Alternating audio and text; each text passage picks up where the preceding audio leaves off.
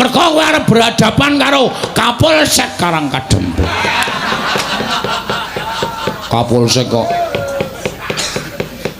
metonan shopping kok dadi Kapolsek. Ya men cerewet napa. Mbone ora iso crita iki rasah crita kong. Oh butuh sekolah barang. Kowe ngapa cerewet terus? Meneng iki lagi tantang-tantangan malah di sapenake dhewe. Yen ngono kowe sing dadi palange Prabu Panggulan Jagat bakal boyong Semar. Arta boyong-boyongan ora masalah. Arta kapak-kapake nek Semar gelem ki terserah kowe. Wong dasare aku ya wis jelen duwe Bapak Semar. Ning ora usah ngucap arep bumi angus Karangkadempel. Karangkadempel ki bumi kelahiran kowe, Mas.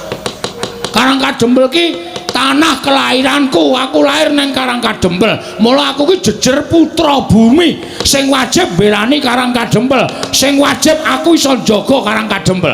Nek ana wong sing arep ngosasik Karangkadempel, arep gawe geger Karangkadempel, ajange ora neng dadane Semar, neng dadane Bagong. Wah, jenenge Bagong. Waduh. Aku mas ngaku Antasena e. Bagong ya Antasena. Ngopo to? Mbah ya santai ora. Wah, Antasena dapure kaya dingklek. Rupa kok kaya dingklek ya, Tru. Bola-bali dilingguhi. Nek ora masalah, aku tetep gelem kaya dingklek. Tenan, aku nek dilingguhi mangap aku. Ah iya.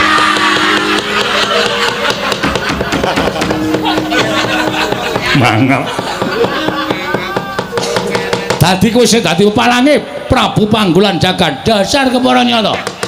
Arep nang kene iki akeh satriya akeh Nalendra. Neng kowe ora usah kuwatir, kowe adepane karo aku. Aku nek diwangi para Nalendra aku ora gelem. Katentreman, kabagian, kanikmatan ning kawula Karangkadempel do mapan ning Karangkadempel kanthi tentrem kuwi nang pundhake. Niki wedange metu jam pinten, Pak?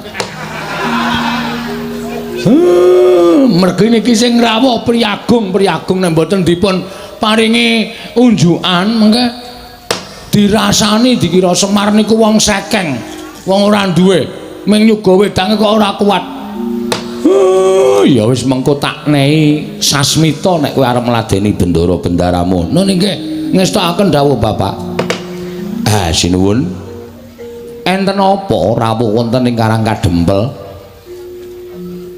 Sajakipun nawung wigatos upami Semar menika kadak wilepat lepat kula mapan wonten ing pundi menawi mangke pinanggih kalepatan kula badhe kapatrapana pidana kula mboten badhe selak ning nek Semar niku mangke badhe nampi ganjaran terus lelabuhan apa sing pun kula tindakke Ndara kula inggih ngabdi pun Semar nyadong dawuh Den Kakang Semar, kula wonten dawuh ingkang sepisan praptaning para Pandhawa tetinju kelawan kananing Kakang Nayantaka. Jernyatane Kakang Semar kuwi mujudake satunggiling pamomonging para Pandhawa. Darma kusum lan sakadang kadhian rumangsa lamun ora dimong dening Kyai Semar lan ora entuk pengayomaning Kyai Nayantaka tangeh para Pandhawa bisa mukti ngawibawa kaya ingkang lumaku saiki. Mula besok kapan para Pandhawa bisa ngaturake piwales kelawan kabecikaning Kyai Semar kejaba mung tansah nggatekake marang kananing Kyai Semar sak kulawarga lan sak para kawula padukuhan Karangkadempel ingkang sayekti gedhe darmane itu meraping para Pandhawa Kakang Semar Kakang Nayantaka praptaning Natandrawati ana ing Karangkadempel aja gelo rasamu aja lara atimu sayekti nalika semana aku prapting negara Ngamarta para Pandhawa wis tata-tata bakal budal lumarepun ing Karangkadempel mula tumuli Natandrawati nderekake kelawan jengkaring Kyai Prabu Darmakusuma suwan ana ing Karangkadempel kejaba saka kuwi Kakang ngemuti lamun Natandrawati ora ketang sithik tau tate nampa pangudanging Kyai Nayantaka. Aku tau mbok mong ora ketang ngamung sedhela nanging tumrap Kresna kuwi mujudake sawijining dharma darmane Kyai Semar minangka pamong ingkang momong lawan Nata Ndarawati. Mula ora aneh lamun tumuli panjenengan ingsun nderekake lawan jengaring Kyai Prabu Darmakusuma sowan nang Karang Kadempel. Kakang Semar. Semono uga praptaning Baladewa iki nderekake marang Kyai Prabu Darmakusuma ingkang sayekti sowan nang Karang Kadempel. Mula jroning pendopo padukan iki mengko bakal ngrembug perkara apa Baladewa kepengin mirengake marang sabdane Kyai Prabu Darmakusuma. Yen mengko apa ngrembug ana ing jroning padukan Karang Kadempel iki lereke marang kabecikan, Baladewa ora bakal wisuh lumuh ngentasi perkara. Ning mesti bakal melu cawe-cawe sarta melu andombani marang lekasing Kyai Prabu Darmakusuma, Kyai Nayantaka. Matur nuwun Den, matur nuwun. Kula niku gumun wonten swasana ingkang kaya ngeten, jagat niki wis kentekan wong apik. Donya niki wis kentekan wong becik. Saapik-apike wong mesti kesasapan watak ala. Niku wis dumadi enten Janaloka. Mula kula ngaturke panuwun ngersaning Gusti dene speranganing tiyang ingkang gesang wonten ing jagat menika ingkang sedaya kula kinten sampun kesasapan watak angkara budi candala. Lah kok isih ana satriya sing penggali kaya pepunden kula Pandhawa. Kok isih eneng satriya ingkang penggali kaya ndara-ndara kula Pandhawa. Satriya ingkang ateteken ati suci pepayung budi rahayu. Monggo racak-racake wong kaya panjenengan menika angel ditemoni lho Gus, angel. Wong sing ora eling karo nalika wiwitane niku angel ditemoni. Adan saben sing pun lumaku teng donya niku ora krasa awal mula bukane kepiye, ning bareng wis kepenak lali karo awal mula bukane, lali karo wong-wong sing padha nyengkuyung marang kepenake wong wau. Ning sampeyan boten, sampeyan pun dadi Nalindra, pun kekucah Brana Picis, sampeyan pun dadi ratu wis kedunungan derajat pangkat. Ning isih eling karo pamomong kaya Semar, isih eling kalih anak-anak kula, isih eling karo kawula sak padukuhan Karang Kadempel, sing tansah nyengkuyung dhateng panjenengan. Monggo racak-racake aja kok nileki kalih kawula. Nayaka praja tiang-tiang sing kedunungan derajat pangkat sing dedunungan bondo donya niku aja kok tilik karo para kawula, nileki karo kawula piye ta uripmu, piye ta kahananmu. Selagine peparing wae sing kudune diparingke kabeh mesti diketok-ketok. Ora diparingke karo kawula. Sing kudune diparingke wutuh diketok separo, sing separo wenehke kawula, sing separo nggo mblendhukke wetenge dhewe. Niku kaya ngoten niku racak-racake sakniki sing dumadi. Ning nek Pandhawa kula kok mboten. Lah niki lho sing marayati kula kelara-lara. Kula niki meng kawula. Lah kok dadi pepundhen-pundhen Pulo Pandhawa tasih emut dhateng Semar. Matur sembah nuwun Ndara. Matur sembah sewu panuwun ingkang tanpa pepindhan. Mugi-mugi kabecikaning Pandhawa tumular dhateng sakiwa tengenipun wekasan ewoning wong sing watake angkara ketukulan menungsa siji sing watake becik wekasan bakal tumular dadi loro dadi 10 dadi 100 dadi 1000 ingkang wekasanipun tiyang sak jagat menika pambeganipun becik sedaya. Rak ngaten to Den. Iya, Kakang Semar bener. Apa ingin dadi ngendikamu? Muga-muga pengendikaning Kakang Nayantaka bisa numusi Kakang Nayantaka. Nggih, matur sembah nuwun tanpa pepindhan. Salajengipun kula nyuwun dawuh. Sasampunipun Ndara kula Pandhawa menika kepareng rawuh wonten ing Karang Kadempel, Semar sak kulawarga sehat walafiat. Mboten manggalan setunggal menapa tansah pinayungan dhateng panguwasaning Dat Kang Murwegat binerkahan juwana gesang ingkang sekeca. Terus napa wigatosipun ingkang sejatosipun Ndara? Kakang Semar supaya rada gamblang nggonku bakal matur marang panjenenganing Kakang Nayantaka apa mbok keparengake yen to aku rada maju nggonku sowan Kakang. Niku langkung prayoga Ndara. Monggo Purbawasesa wonten asta panjenengan Ndara kula Puntadewa. Andrah ingkang Puspitorum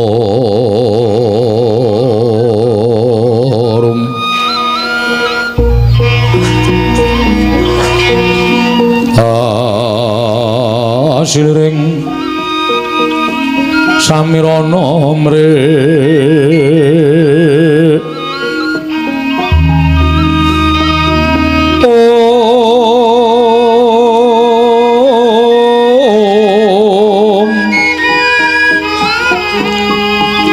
sekar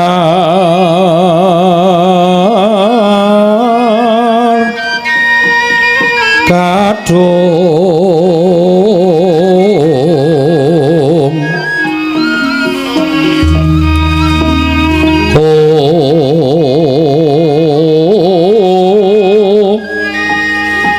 ngas kandanyo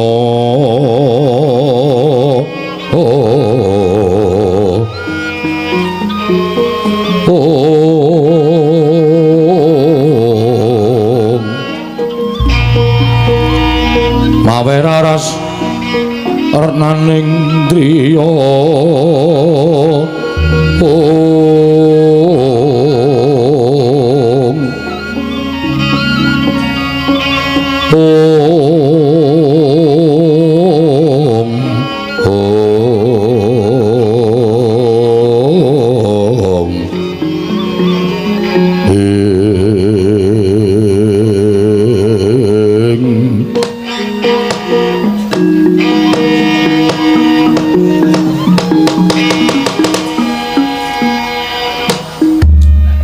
Kakang Semar, Kakang Nayantaka, tembang rawat-rawat nebi tombok bakul sinambi wara pawarta binandunging karna nganti tekan talinganing sun. Apa pancen kepara nyata Kakang Semar bakal duwe gawe ambangun desa Karang Kadempel. Kakang Maradyagi wangsulana pitakoning Nalindra Ngamarta iki Kakang Semar.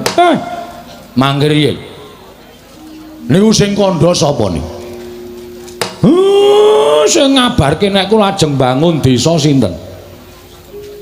Akeh para kawula ingkang wis padha rerasanan satemah nganti tekan talinganing Nayaka tumuli ana piranganing Punggawa Ngamarta ingkang munjuk atur kelawan panjenenganing sun.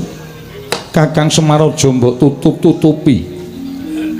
Aja nganti Kakang Semar duwe gawe para Pandhawa ora mbantu marang Kakang Semar dosa apa ingkang disandang dening para Pandhawa.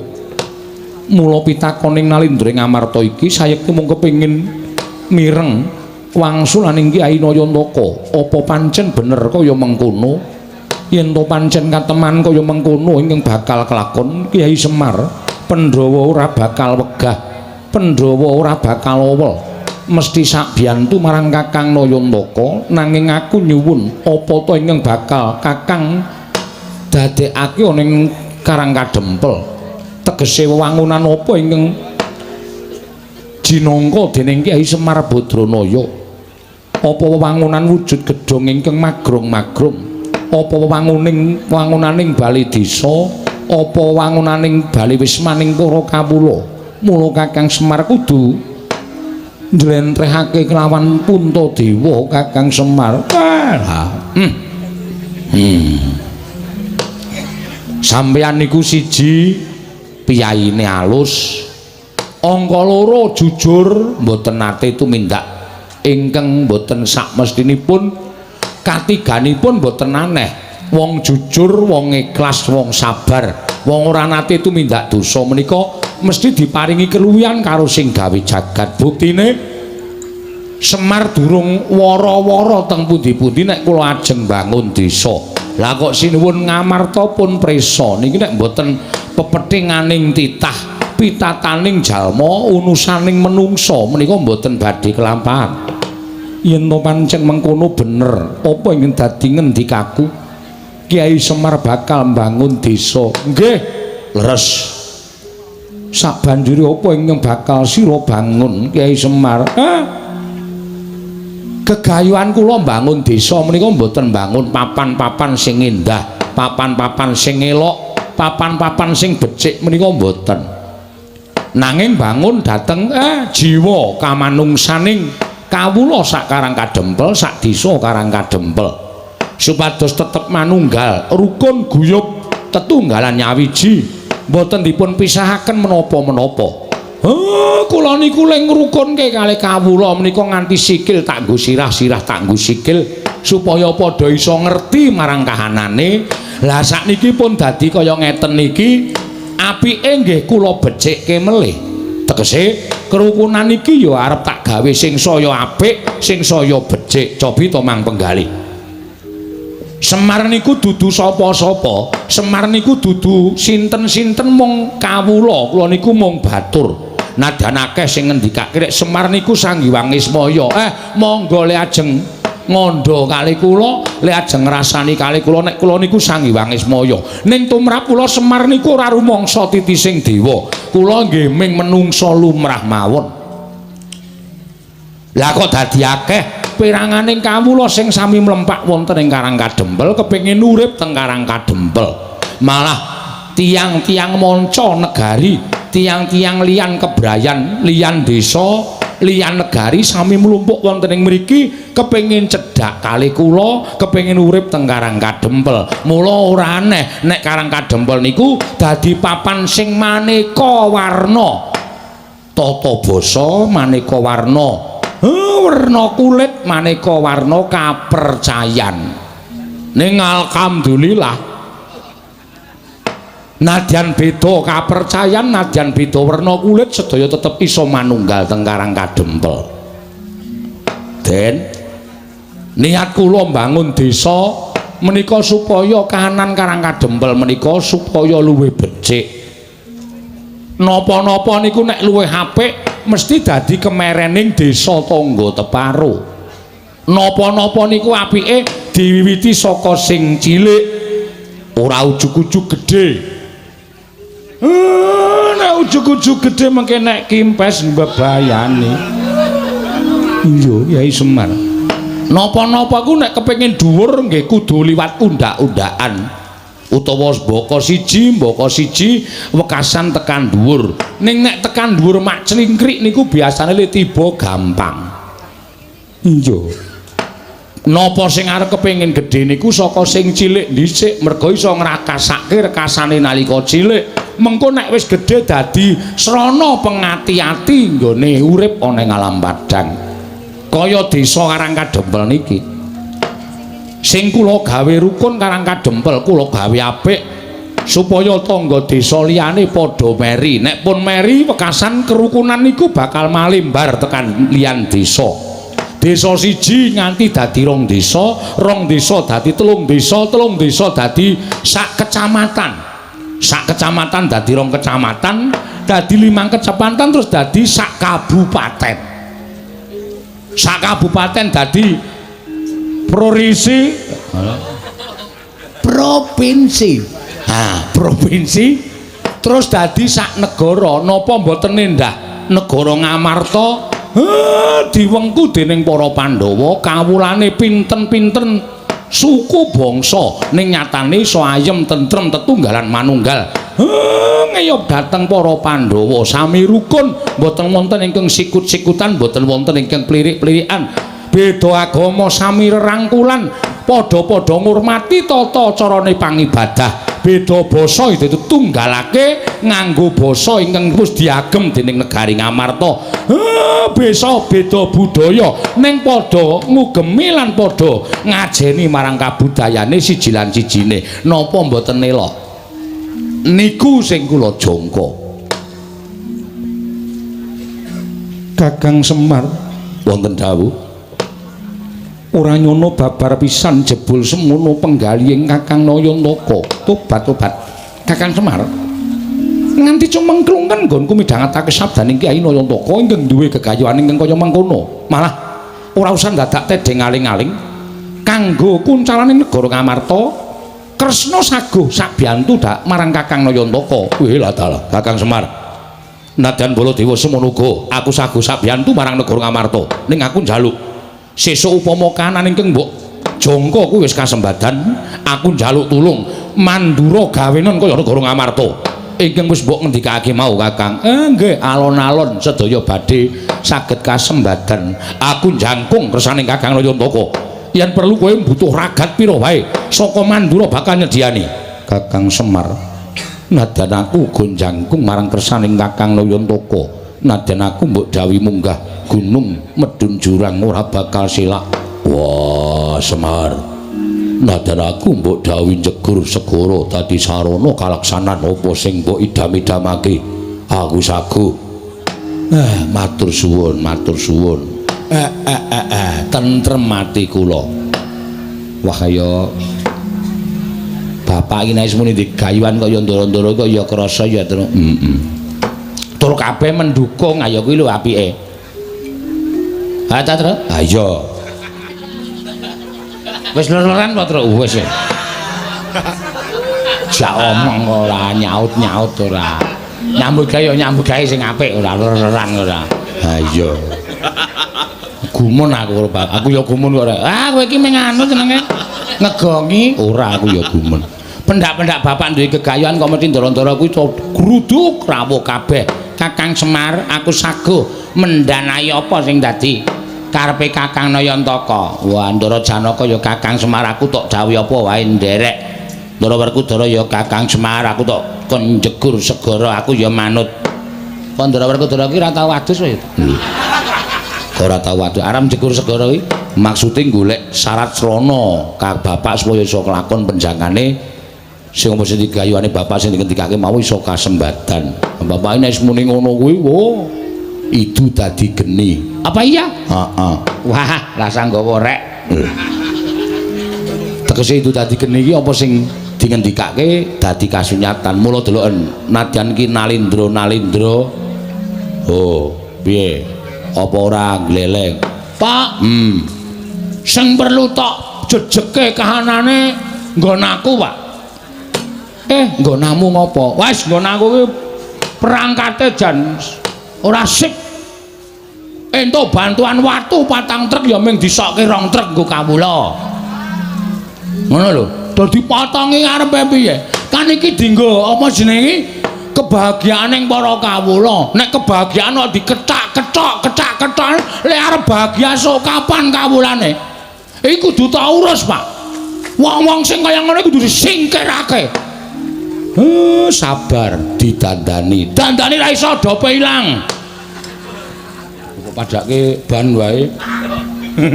Dope ilang. Mula kudu dibenerke. Arep apik ki nayakane ya kudu apik, perangkate ya kudu apik. Perangkate ora apik percuma. Sopo kuwi? Mbah aku ora kenal. Apa kowe ora ngerti rawani nyebutke jenenge? Aku ora arep ndumuk sapa-sapa, ning perlu tok cek. Iya. Cek dilang tung. Bagong, kowe iki nek omong mbok sing apik. Aku setuju karo bapak. Aku mbantu sepenuh hati, Pak. Aku tok kon ngopo aku manut. Ya. Iki kaman wedang eling ngetokke. Engko sithik. Apa wis mateng tilik ana sik. Orang wong abdi-abdimu iki do ngeyel e. Waduh. Isih suwe mer. Ha sebabe banyune lagi digolekke. Apa asat e? Sumur asat iki banyu lagi digolekke. Sabar nggih, Ndara. Bagong ora dadi ngopo? Bagong ora dadi ngopo wis to? Ora usah repot-repot. Bagong ora usah dadi ngopo? Ora usah repot-repot, Bagong. Aku wis sanggup bioglas. Wah, gaya. Minuman kesehatan. Ndara-ndara iki ora mung cukup pedang putih to ning bioglas. Engko darane tawa lho, Tru. Ya ora apa-apa. Ngoten, pun dilanjutke. Terus kula sakniki nggih ngajeng nyuwun priksa dhateng panjenengan. Kula mboten njaluk napa-napa. Kula mboten kepengin sampeyan niku ngetokke Prabeya. Merga gegayuhan kula menika mboten wonten sambung rapete karo Prabeya. menyaketi penggaling para kawula nyaketi atining para kawula supaya iso gumregah sengkut gumregut bangun Karang Kadempel. Iya Kyai Semar ning kene Kundara ujaring para sepuh nyebataken ujaring para kaki-kaki sami ngendikaaken wong ki nek duwe gegayuhan wong ki nek duwe pepinginan adat sabene pepinginane arep ketekan gegayuhane arep kasembadan niku adat sabene biasane godane sok nyepaki godane sok nekani mula bab godha menika mangke wujude napa ndara-ndara kula suwun ampun ngantos wisuh lumuh ngentasi perkara ning mang bantu Semar Badranaya awit kula niku wong sing ora kuat tumandang karya ijen anak-anakku ya ming kawula anak-anak kula niku ya ming batur nek godane ngungkuli kekuataning Semar kula pasrahke kali ndara-ndara kula Pandhawa ndara Werkudara ndara Janaka ndara Kresna ndara Baladewa ya Semar aja kuwatir Pandhawa tansah anjangkung marang kersaning Kyai Nayantaka Kakang Badranaya rumangsa ora dolanan kelut iki kok malah ana Nalindra sandhangane ting Srimbang ora karu-karuan sajake Ratu Sugih iki sapa Bagong iki kancamu apa kok kaya Jumina ta iki sing sok nang omahmu ae apa heeh udu kae sandhangane ting Srimbang ning suwek-suwek iki udu. Oh ya ora tepung aku, Pak. Nuwun sewu sinuwun. Sampun kula tumambuh yekti saweg sepisan menika kula wanuh. Panjenengan menika Nalindra saking pundi? Sinten jejulukipun? Kula nyadong dawuh. Wonten napa kok rawuh enten sudung kula namung gubuk alit kados mekaten menika. Duh, jagat Dewa Bathara. Ya jagat pangestu Nggara. Kusik sadurunge kowe takon karo aku lan tak wangsuli apa kang dadi pitakonmu? Apa pancen kepara nyata kowe ingkang aran Semar? Mboten wonten kalih kula menika Semar Badranaya Duda Manangunung Bojogati Juru Dyah Punta Prasanta. Kathah ingkang nyebat kula menika ya Ismaya. Wah, wah tobat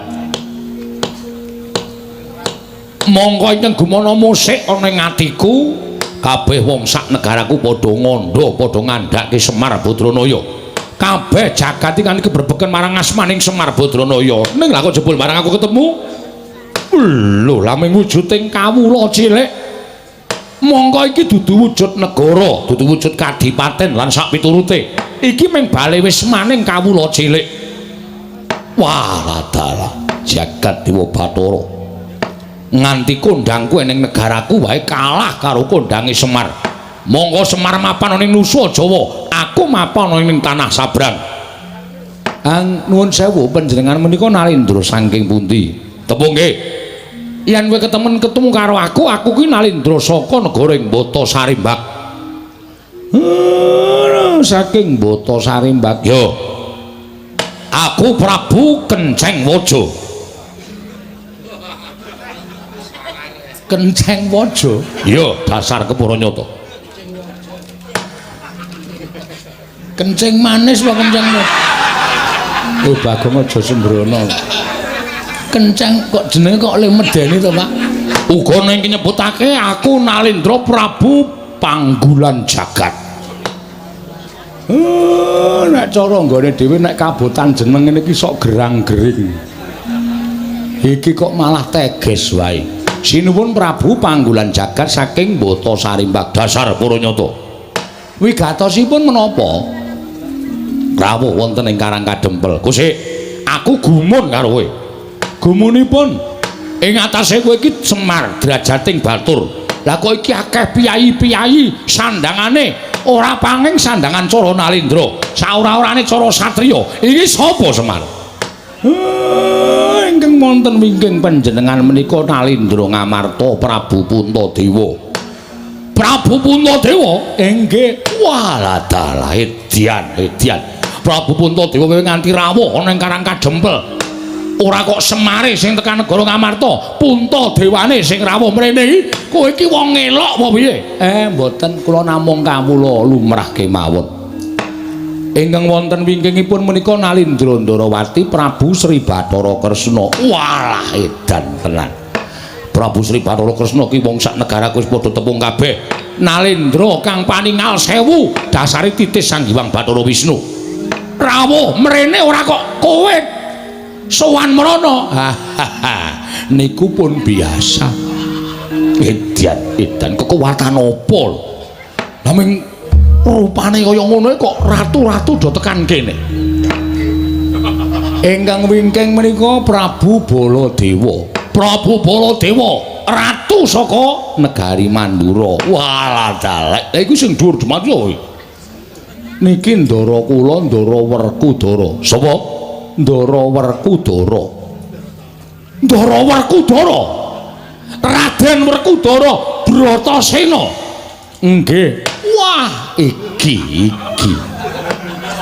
aku kanugrahan aku iki kedianan karo Raden Bratasena satriya sekti kalintang jayaning perang bebasan tinatah mendat jero menter tinumbak bengkung sinuduk putung ning negaraku Semar kowe tak kandhani kawulaku padha kedanan karo Raden Bratasena nganti omahe dipasang gambare Raden Bratasena wah mergo saka kondange Raden Bratasena saka nggone digdaya kliwat saka ukuran menungsa lumrah mangke riyen to kawula sampeyan niku majang gambare ndara kula iya kok mboten majang gambar sampeyan mongko sampeyan niku sing dadi ratune kawula sampeyan kok gambar sampeyan mboten dipajang napa mboten lara ati lho lara ati nggo ngopo aku mbutuhke kawulaku kuwi biyen dek nalika aku golek swara saiki aku wis dadi arep majang celeng ya sakarepe arep majang Werkudara ya sakarepe sing penting suarane wis milih aku wis dadi ratu aku nyam kamukten aku dadi wong mukti kawibawa Cakrawati Mbau Denda ana ing negara ing Batasari Mbak kawulaku melet-melet ya mudhara iki termasuk nganu reng termasuk apa pemain bal Pak turu apa reng ayo mau ngelekke aku saiki gendhe kowe ler-lerane truk enak banget iya wah edan yo Semar aku ngakoni yen to kowe iki wong kondang aku ngakoni yen to kowe iki wong pinter ora aneh mula sangganing para satriya pepethinganing para satriya mustikaning satriya padha sumuyut nungkul marang Semar Badranaya biya ha nggih sakniki kula tak nyuwun prisa sinuwun Prabu sinten wau Kenceng Waja ya Prabu Panggulan Jagat nggih Prabu Panggulan Jagat menika rawuh mriki badhe menapa Semar wonten dawuh aku kuwi sedih aku kuwi dadi Nalindra ning negaraku dina samengko negaraku kuwi lagi ketaman pagebluk negaraku dikeman welak ing Jawata kawulaku padha kasangsaya uripe ora kepenak tetanduran ora ana ingkang tukul lemah padha garing megingking mula ora aneh yen to negaraku ketaman pagebluk akeh para kawula kekurangan sandang pangan bekasan landang lara sore lara esuk mati esuk lara sore ketiwasan wis akeh yang padha tekaning pati blasah kaya babatan pacing mongko aku dadi nalindraning para kawulaku aja nganti aku dirasani dening para kawulaku mula aku mbudidaya ngupaya srana supaya negaraku entuk tamba bisa uncat saka pakebluk ing tumama nggih aku nglakoni tapa brata nglakoni sare narite sesemek ron raja mula bebantal Batasari Mbak aku entuk sasmitaning dewa ingkang tak tampa negaraku bisa waluya nirmala temajati jati tengah mulya yen to ora mung telung kedheping netra ditunggoni dening Semar Badranaya mula sowan kono ngersaning Semar iki kowe gelem kowe tak boyong ning negaraku ra ketang mung sedina sewengi kowe nginepa ning negaraku dadi srana waluyaning praja negara Batasari Mbak ya prajaku Mar yen kowe kepengin njaluk pituko napa kowe tak boyong ning negaraku sedina wae kowe njaluk dibayar apa tak bayar pirang miliar pirang triliun tak bayar kenceng ora-orane nek tak cicil tak bayar apa kowe njaluk omah kowe budal ning negaraku omahmu iki tak bongkar tak bangun sak kedheping netra kowe wis duwe kraton ing magrong-magrong apa kowe njaluk sandangan sing apik yo jarikmu wis ora wangun dienggo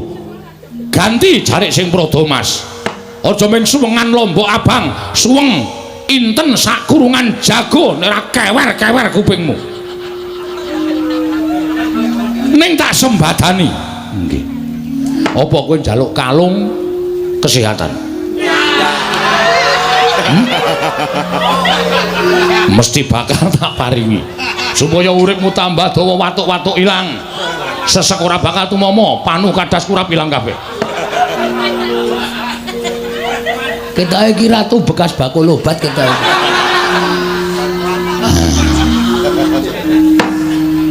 ning yen kowe njaluk ijol wujute lemah pirang hektar bakal tak tukokake waton kowe gelem tak boyong neng negaraku Mbotosarimbat nanging yen kowe ora gelem tak boyong neng negaraku Mbotosarimbat kowe tak ijoli dhuwit ora gelem tak ijoli sandangan ora gelem tak wenehi apa-apa ora gelem tak gaweke omah ora gelem kowe puguh ora gelem rawuh ning negara Mbotosarimbat tegese kowe bakal mentolo karo patine kawulaku yen nganti aku bali ning negaraku aku ora boyong kalawan kowe bakal padha nyuraki karo aku disenggo aku ratu sing ora iso ngayomi marang para kawulaku muluk tinimbang aku bali dadi sarta nglakoni sastra wirang aku dadi wong sing dicacat dicecedha dening para kawulaku luwih becik aku ngluda paripeksa lawan kowe aku ngluda paripeksa lawan kowe kowe tak alus ora kena yen perlu tak kasar yen kowe ora gelem tak boyong ana ing negaraku tinimbang aku ning negaraku mung dicacat dening para kawulaku mati ning kene tak lakoni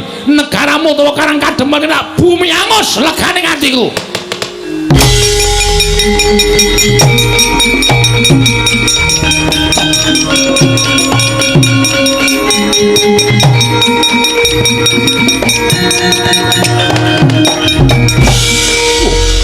Sowoy aku ngucap bumi angus Karang Kadempel kok ana menungso matane gedene rajamak-jamak iki sapa iki nek nomripatmu gatena gobokmu putrane Ndara Werkudara Raden Antasena kondene cuweke cengele nilai sedela moh alah moh sapa iki iki dudu anake Ndara Werkudara iki teleke Ndara Werkudara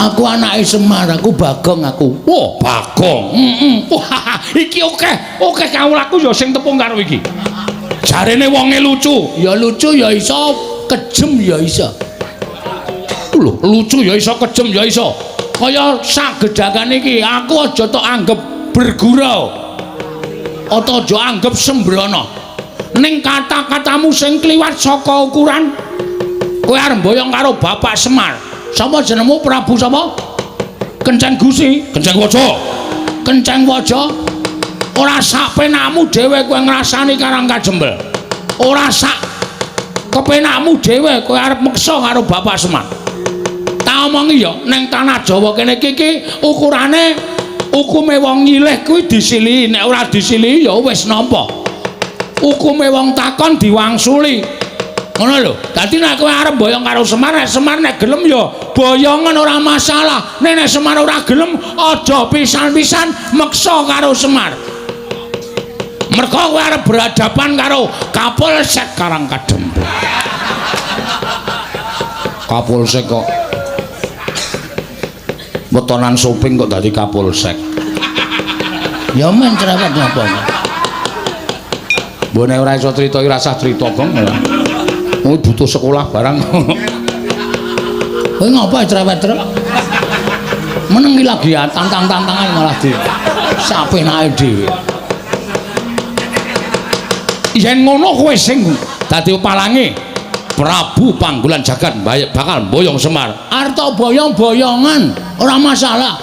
Arto kapak-kapake nek Semar gelem ki terserah kowe. Wong dasare aku ya wis jelen duwe Bapak Semar. Ning ora usah ngucap arep bumi angus Karangkajempel. Karangkajempel ki bumi kelahiranku Mas. Karangkajempel ki tanah kelahiranku. Aku lahir ning Karangkajempel. Mula aku ki jejer putra bumi sing wajib mbelani Karangkajempel. Sing wajib aku iso jaga Karangkajempel.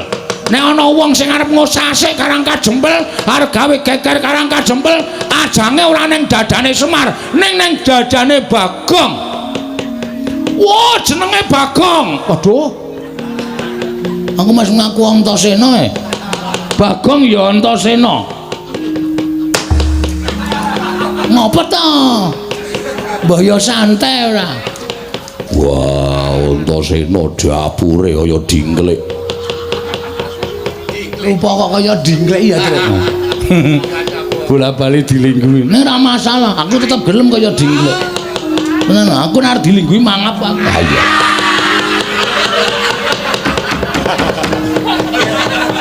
Mangap. Dadi kowe sing dadi palange Prabu Panggolan Jagad dasar kepara nyata. Arep nang kene iki akeh satriya akeh Nalendra. Neng kowe rasa kuwatir, kowe adepane karo aku. Aku nek diwangi para Nalendra aku ora gelem. Katentreman, kabagyan, kanikmatan ning kawula Karangkajempel do mapan ning Karangkajempel kanthi tentrem kuwi nang pundhake Panakawan Bagong. Dadi kowe rasa kuwatir, aja wedi kowe nyawang karo satriya-satriya iki. Satriya-satriya iki tamu kabeh. Nah umpamane iki dadi gelut antaraning kowe karo aku sing nandangi ya meng aku. Waladal. Cengengesan. Kandhane malah mangan apa kok gumoh-gumoh. Lho, aku ki guyu ora gumoh. Ayo kowe rasa kokean gunung tanpa guna.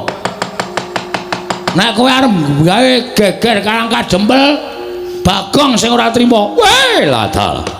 Yen ngono kowe wani karo aku, sing tak wedeni apamu? Wah, yen ngono nang endi papane wong neter kanthi dayan.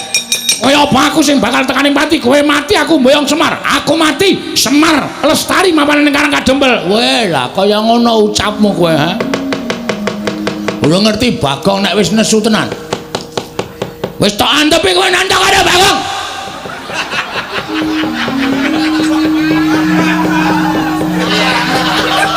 Lah Kresna guyu ngopo? Bagong niku lho. Latri nyawang nesu kok sarepe dhewe. Omonge cepete ra jamak-jamak. Ratune kok ya betah-betahe ngono lho. Wong saka kene ambune wae abape bathang tok kok. Kok ya ratune iki tanpa lunga. Warane karo bawenane. Arwani karo Panakawan Bagong. Aku wis ngentekke raja kaya kowe iki 6 akhir-akhir iki. Hah? Modar kabeh mungsuh Bagong. Dadi nek kowe arep kurang ajar karo Bagong, oh, ketiban sikile Ndara Werkudara ora mati derajat modar.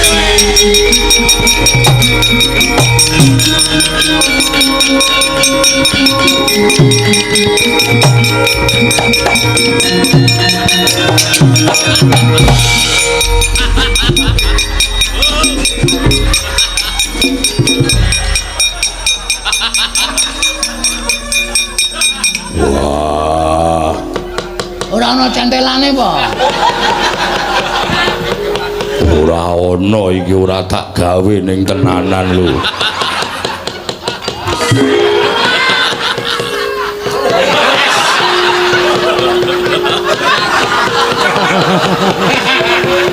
Sajake sing natah lali mbiyen. Kudune ana centelane kok ora ana centelane. Wah, Bagong gawe kaget. Gawe kaget pripun? Kowe muni tiban sikile Werkudara.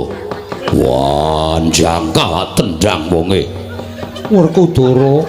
Lah kok dadi kowe melu-melu perkara iki? Werkudara, lah kok dadi kowe melu-melu perkara iki? Aku krungu Bagong muni ketiban sikile Werkudara, pecah sirahmu. Kaya wong kaget aku terus jangkah. Sirahe ratu mau terus tak tendang. Wah, dudu salahku, salahi Bagong. Weh, kok sik, kok salahku ngopo? Wong aku ora ngopo-ngopo kok. Aku ra akon. Kula mboten akon sampean, aku mung muni ketiban sikile Ndara Werkudara pecah siramu. Aku terus jangka, sing muni akon sapa? Aku ora ngomong to. Sampean niku sing kagetan. Wah, edan, ora edan iki tenan. Ora ana wong dawuh kejaba nek aku Ndara niki mang tendang, iku kalimat perintah. Berarti sampean kula kon. Nek kula muni ketiban sikile Ndara Werkudara, apa ana kalimat perintahe? Ora ana to? Wah, ampun rika ditandangi. Sing nantang ki kowe, sing nendang sapa? Sing nendang daharamu Werkudara, sing nendang tanggung jawab. Aku amen padu. Ora ngopo-ngopo. Pripun Den? Wah, celeng. Kapusan karo Bagong. Lah wong niku kudu nganggo pikiran, kudu nganggo. Niku lek medantang sing apik ora iso. Wis ben nang kene wae.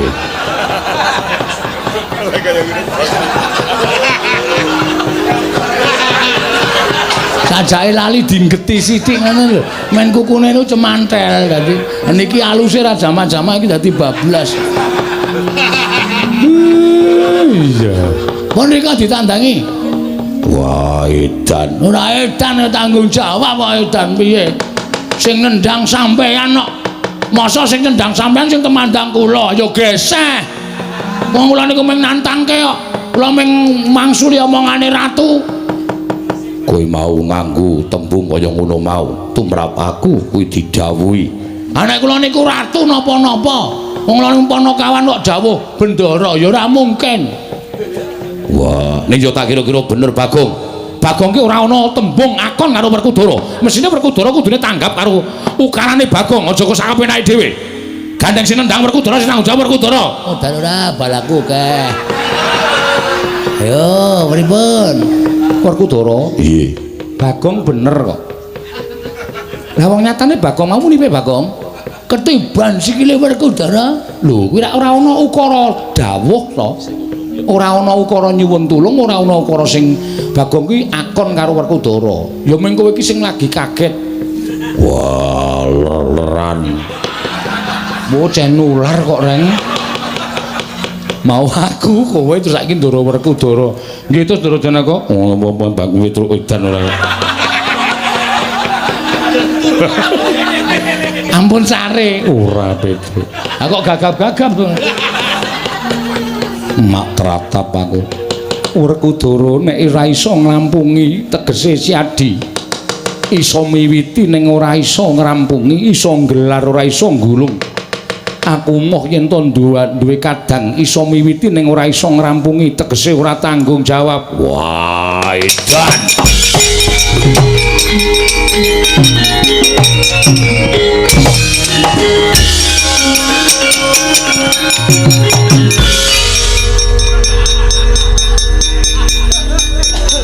Ngono lho karepe.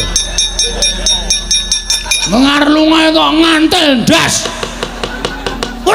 Gong, nek krungu lho, ora ngajar ora penyakit ora tututane lho. Aja rasa. Aku padake cah jireye, dianggep aku wong lho wedi karo Ndara Werkudara. Tuwa-tuwa Bagong, ame mlayu kok ngantel sirah. Iki perkarane ratu ora karo Werkudara. Ning saiki diganti Werkudara karo Bagong. Gong, rasa edan kok. Ora tututi. Gong rasa edan, ora rasa. Gong, ora rasa. Rasa di ngono ora rasa to. Sabar. Karo bendara kok semen ana. Semen to, Tru? Mangkel aku. Gugu karepe dhewe. Aja tak pisah. Lara dikeplan Ndara Werkudara. Ha kowe yo gawe masalah. Gawe masalah apa? Aku ya, Tru. Ben ora. Kok ora tok penging. Mbok doyak kono rawani. Ora wani kok dadak. Mau tak tutupi iki ya ming kanggo akting kaya mudhara kono ora. Bagong mesti ora pisan ora pindho mesti gawe rame. Ora ana aku takoke. Aku ki gawe rame ki gawe seneng kok, Pak. Mong gawe seneng atine wong ki ngibadah. Ah iya. Bener. Sinuwun kula wis matur to. Gegayuane wis arep lakon, pacobane ya cemepak. Iya Kyai Semar, sak banjure kula nyuwun Ndara Baladewa, sinuwun Ndarawati, kula aturi ngawat-awati tindahipun Ndara Werkudara. Mergi saking paningal kula niki godha niku mboten baen-baen. Iya Kyai Semar, yen to ngono aku nyuwun pamit metu njaba. Iya Semar aku njaluk pamit metu njaba. Aku ya tak metu njaba wae, Pak. Iya. Kancane sae do metu njaba. Iya. Ndara Janaka nyuwun tulung nggih dipun tentremaken nggih, Ndara. Iya Panakawan Bagong. Reng ayo reng manunggal sayuk rukun gotong royong jaga perdamaian Karang Kadempel. Aja nganti klebon menungsa kaya Prabu Kenceng Waja karo ya Prabu Panggulan Jagat mau. Ya karo calo karo Petruk barang ya, Tru ya. Ayo. Ndak nggo dukani bapak. Ndara Puntadewa monggo kula dherekaken manjing sak lebeting Bali Wisma. Dipun icipi napa sing pun dimasake kalih kanastren. Iya Kyai Semar. Ngestoke dawuh sawontenipun lho Ndara. Daranipun boten kados teng kraton. Iya Kyai Semar ora dadi ngopo. Bagong tilik ana mbokmu wis rampung urung tak kembul dahar karo ndaraku. Siap. Wis Pak. Syukur. Jangan lombok. Tempe. Ora ana iwak-iwak apa to apa. Ana siji pupu tak icipin tak Pak. Iki nggo aku lentuk gendurenan wingi sore. Tak nget. Wis ana-anane karo krupuke mlempem dicokot wani. Iya. Wis ora apa-apa. Monggo Den. Sami mlempak wonten ing sudung kula sarwi sesanti kamulyanipun mugi tansah manggya yuwana. Iya Kyai Semar.